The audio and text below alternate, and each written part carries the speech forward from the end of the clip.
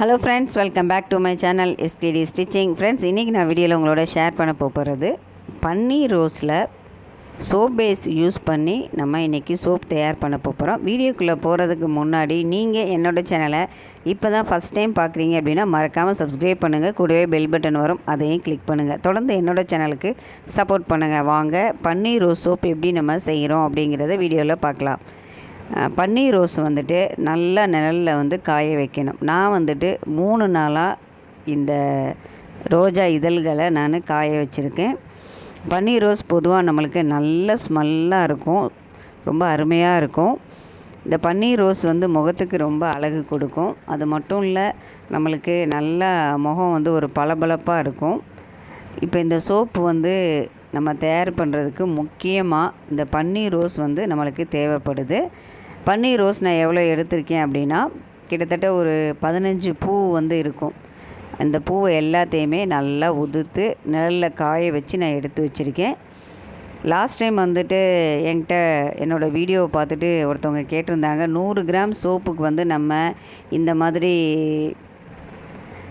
ரோஜாவாக இருக்கட்டும், அல்லது குப்பை மேனி, அல்லது நம்ம பச்சையில் இதெல்லாம் நம்ம சேர்க்குறப்ப எப்படி நம்ம சேர்க்கணும் அப்படின்னு சொல்லி கேட்டிருந்தாங்க. நான் கண்டிப்பாக 100 கிராம் சோப்புக்கு எவ்வளோ சேர்க்கணும் அப்படிங்கிறத நான் நெக்ஸ்ட் வீடியோவில் உங்களோட ஷேர் பண்ணுறேன். இப்போ பார்த்திங்கன்னா ஒரு 15 ரோஸ் நம்ம நிழலில் 3 நாளாக காய வச்சுருக்கோம். அதுக்கப்புறம் இது ரோஸ் கலரில் இருக்கிற சோப் பேஸு. இன்றைக்கி கடைகளில் நம்மளுக்கு சோப் பேஸ் கலர் கலராக கிடைக்கிது.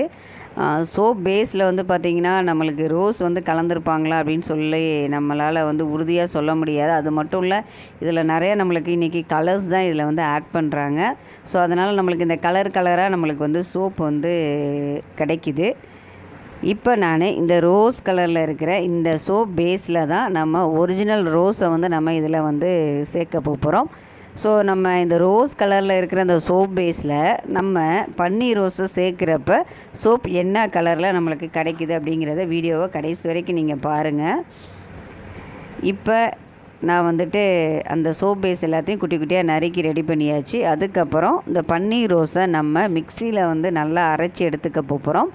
இந்த பன்னீர் ரோஸை நான் தண்ணி ஊற்றி நான் அரைக்கலைங்க. அதுக்கு பதிலாக ரோஸ் வாட்டரை இதில் நான் ஆட் பண்ணுறேன்.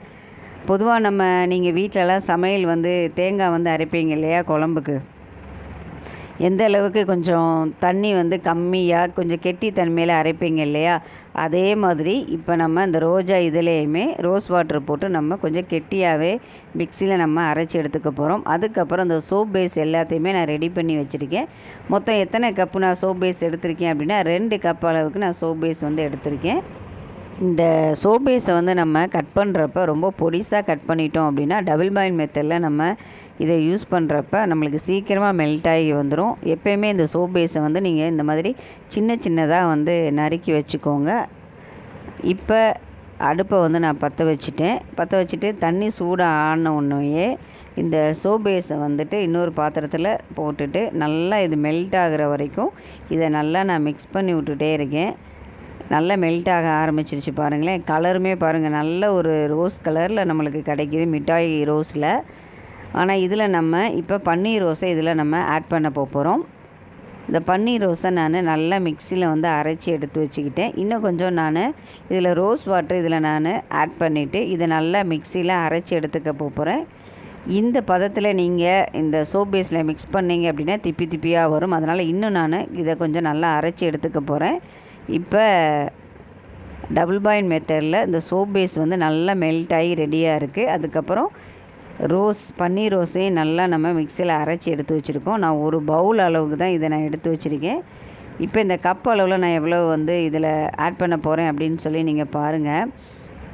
பொதுவாக இந்த மாதிரி நம்ம எக்ஸ்ட்ரா ஏதாவது மூலிகைகள் நம்ம சேர்க்குறப்ப தண்ணி அதிகமாக நீங்கள் சேர்த்து அரைச்சிடாதீங்க. ஓரளவுக்கு நம்மளுக்கு கெட்டித்தன்மையோடு இருக்கிறப்ப நம்மளுக்கு அந்த சோப் பேஸில் மிக்ஸ் பண்ணுறப்ப ஓரளவுக்கு நம்மளுக்கு ஈக்குவலாக வரும். தண்ணி அதிகமாக ஆயிடுச்சு அப்படின்னா சோப் நம்மளுக்கு சரியாகவே வராது. அப்போ நீங்கள் தண்ணியை நீங்கள் அதிகமாக சேர்த்துருக்கீங்கன்னு அர்த்தம். சோப்பு சரியாக வரலை அப்படின்னா ஒரு மாதிரி சொதன்னு இருக்கும் சோப்பு, கெட்டித்தன்மை நம்மளுக்கு இருக்காது. இப்போ நான் அந்த பன்னீர் ரோஸை இதில் நான் மிக்ஸ் பண்ணிவிட்டு நல்லா நான் இதை மிக்ஸ் பண்ணிக்கிறேன்.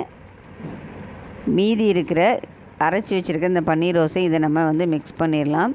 ஃபஸ்ட்டு 1 கப்பு நம்ம ஊற்றிட்டோம். இப்போ இதில் வந்து 3/4 கப்பு வந்து வருது. 3/4 கப்பையும் இதில் நம்ம அப்படியே ஊற்றிடலாம். நான் எதையுமே வந்துட்டு வேஸ்ட்டு பண்ணலை. ஆனால் கலர் வந்து பார்த்திங்கன்னா நல்ல ஒரு பீட்ரூட் நம்ம சோப்பு தயார் பண்ணுறப்ப எப்படி அந்த கலர் இருக்குமோ அதே கலர் தான் இதில் வந்து நம்மளுக்கு கிடைக்கிது. முக்கியமாக வந்து நம்ம சொல்ல வேண்டியது, இதில் வந்து கொஞ்சோண்டு தேங்காய் எண்ணெய் வந்து இதில் வந்து நீங்கள் ஆட் பண்ணிக்கோங்க. அதுக்கப்புறம் கொஞ்சம் மாய்ஸ்சரைசிங்காண்டி கேஸ்டர் ஆயிலையும் இதில் நீங்கள் யூஸ் பண்ணிக்கோங்க. இதை ரெண்டையுமே நான் வந்துட்டு 1 டேபிள் ஸ்பூன் அளவுக்கு தான் இதில் நான் சேர்த்துருக்கேன். முக்கியமாக இந்த சோப் பேஸில் ஆயில் வந்து சேர்க்குறப்ப ஆயில் கொஞ்சம் அதிகமாக ஆயிடுச்சு அப்படின்னா நம்ம மோல்டில் ஊற்றின பிறகு வந்து பார்த்திங்கன்னா ஆயில் தனித்தனியாக நம்மளுக்கு பிரிய ஆரம்பிச்சிடும். ஆயிலாக நம்மளுக்கு மேலே வர ஆரம்பிச்சிடும். ஸோ அதனால் நீங்கள் இந்த ஆயில் ஊற்றுறப்ப கூட ரொம்ப கவனமாக ஊற்றணும். எக்ஸ்ட்ரா எதுவுமே ஆயிடக்கூடாது முக்கியமாக. இப்போ நான் நல்லா எல்லாத்தையும் மிக்ஸ் பண்ண பிறகு மோல்டில் இதை நான் ஊற்றுறேன்.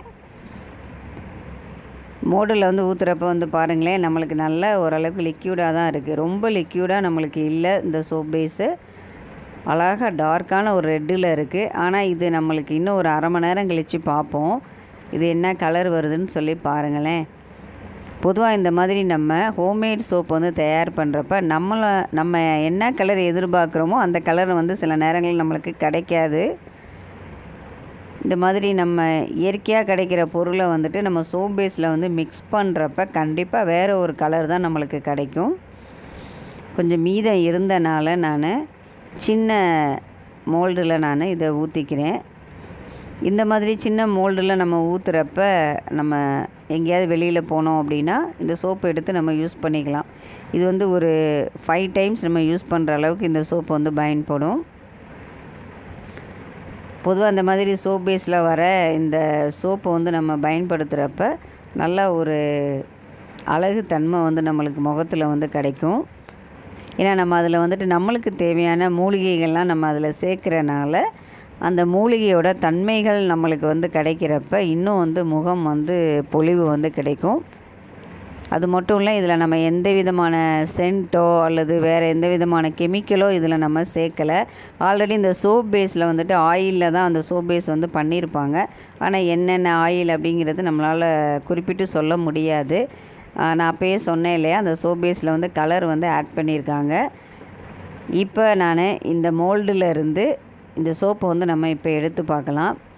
ஃபஸ்ட் நான் ஏற்கனவே என்னோடய வீடியோஸில் நான் சொல்லியிருப்பேன், நீங்கள் ஒரு 1/2 அன் ஹவர் கழித்து இந்த மாதிரி மெதுவாக அந்த மோல்டை நீங்கள் எடுத்து பார்த்தீங்க அப்படின்னா அந்த சோப்பு வந்து நம்மளுக்கு நல்லா வந்து வந்திருக்கா இல்லையா அப்படிங்கிறது தெரிஞ்சிடும். அது மட்டும் இல்லை, சோப்பு இந்த மாதிரி மோல்டுலேருந்து எடுக்கிறப்ப ரொம்ப ஈஸியாகவே வரும். நான் ஃபஸ்ட்டு வந்துட்டு சின்ன மோல்டில் இருக்கிற சோப்பை இப்போ நம்ம எடுத்துடலாம். உங்களுக்கு இந்த வீடியோவில் பார்க்குறப்ப நல்ல ஒரு மெரூன் கலரில் இருக்கிற மாதிரி இருக்கும்னு நினைக்கிறேன். அப்படியே சாக்லேட் கலர் இருக்கிற மாதிரி இருக்குது பாருங்களேன். கலர் வந்து பாருங்கள் எவ்வளோ சூப்பராக இருக்குதுன்னு பாருங்கள். நம்ம வந்துட்டு யூஸ் பண்ணது ஒரு பட்ரோஸ் கலரில் இருக்கிற ஒரு சோப் பேஸு. இதில் பன்னீர் ரோஸை நம்ம இதில் நம்ம ஆட் பண்ணியிருக்கோம். ஆனால் கிடச்சிருக்கிற கலர் வந்து பாருங்கள் அழகான ஒரு சாக்லேட் கலர் அப்படிங்கிற மாதிரியும் நம்ம சொல்லிக்கலாம் இதை. ஆனால் நேரடியாக நான் பார்க்குறப்ப ஒரு மாதிரி டார்க்கு ப்ரௌனாக இல்லாமல் ஓரளவுக்கு ப்ரௌனாக இருந்தது. இப்போ நம்ம இந்த சின்ன சோப்பு எடுத்து பார்க்குறப்பே நம்மளுக்கு தெரிஞ்சிடும். ஏன்னா நம்ம சோப்பு வந்து நல்ல ஒரு கரெக்டான ஒரு மெத்தடில் தான் தயார் பண்ணியிருக்கோம் அப்படிங்கிறது. இந்த மாதிரி டபுள் பாயில் மெத்தட் சோப்பு வந்து நம்ம தயார் பண்ணுறப்ப ஏதாவது மிஸ்டேக் ஆயிடுச்சு அப்படின்னா நீங்கள் ஒரே ஒரு விஷயம் பண்ணலாம். சோப்பு நல்லாவே வரலை, கொலன்னு வருது, மோல்டுலேருந்து எடுக்க வரலை அப்படின்னா அப்போ நீங்கள் அந்த சோப் பேஸ் அளவை வந்து நீங்கள் திரும்பியும் கொஞ்சம் எக்ஸ்ட்ரா நீங்கள் சேர்த்துட்டு திரும்ப டபுள் பாயில் மெத்தடில் நீங்கள் பாயில் பண்ணி அதுக்கப்புறம் மோல்டில் நீங்கள் ஊற்றி பாருங்கள். உங்களுக்கு இந்த சோப்பு வந்து மோல்டுலேருந்து எடுக்கிற மாதிரி கரெக்டான அளவில் சோப்பு வரும். ட்ரை பண்ணி பாருங்கள். இப்போ நான் இந்த 70 கிராம் சோப்பையுமே இப்போ நம்ம இதில் எடுத்துடலாம்.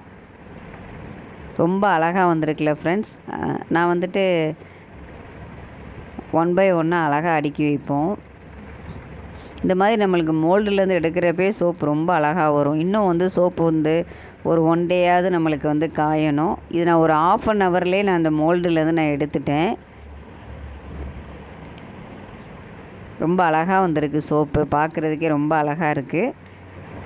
நம்ம கேட்குறவங்களுக்கு ஏற்ற மாதிரி நம்ம சோப்பு வந்து தயார் பண்ணி கொடுக்கலாம். இந்த மாதிரி சோப் பேஸ் வந்து யூஸ் பண்ணுறப்ப இந்த சோப் பேஸ் வந்து பார்த்திங்கன்னா கிளிசரின் சோப் அப்படின்னு சொல்லுவாங்க இல்லையா, அந்த கிளிசரின் சோப்லேயே நம்மளுக்கு இன்றைக்கி நிறைய கலர்ஸ் வந்து கிடைக்குது.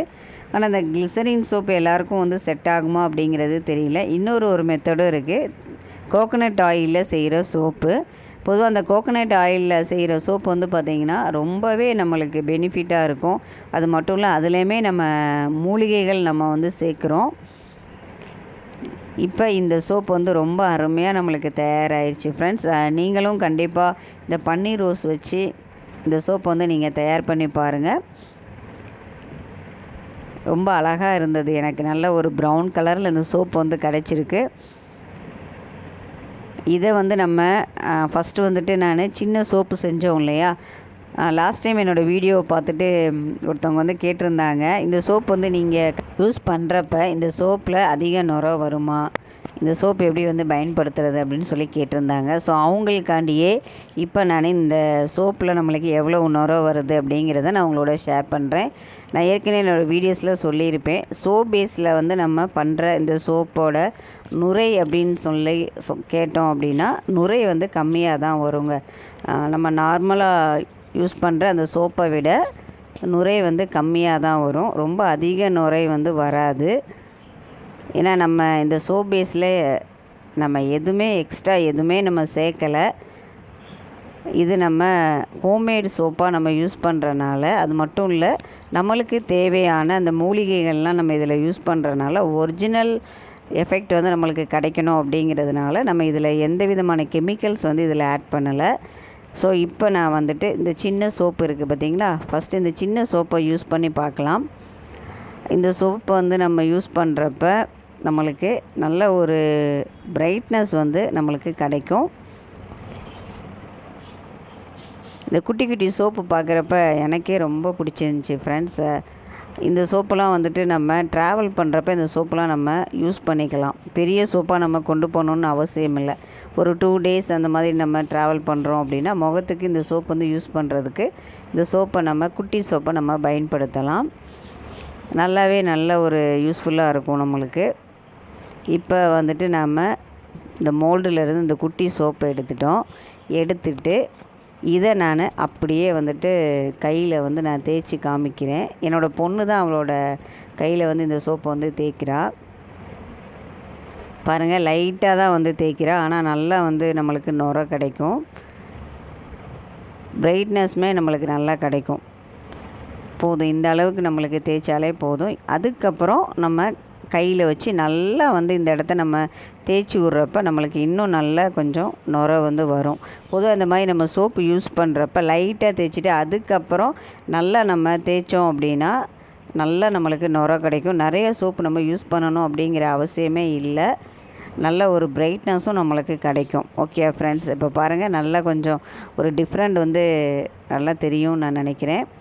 நல்ல ஒரு அருமையான சோப்பு. இந்த சோப்பு நீங்களும் உங்கள் வீட்டில் ட்ரை பண்ணி பாருங்கள் ஃப்ரெண்ட்ஸ். இந்த சோப்பு தயார் பண்ணுறது உங்களுக்கு ரொம்ப யூஸ்ஃபுல்லாக இருந்துச்சு இந்த வீடியோ அப்படின்னா மறக்காமல் கமெண்ட் பாக்ஸில் கமெண்ட்ஸ் பண்ணுங்கள். உங்களோட சந்தேகங்களும் கமெண்ட்ஸில் நீங்கள் கேட்கலாம். நான் கண்டிப்பாக உங்களுக்கு எல்லாத்தையும் நான் ஷேர் பண்ணுறேன்.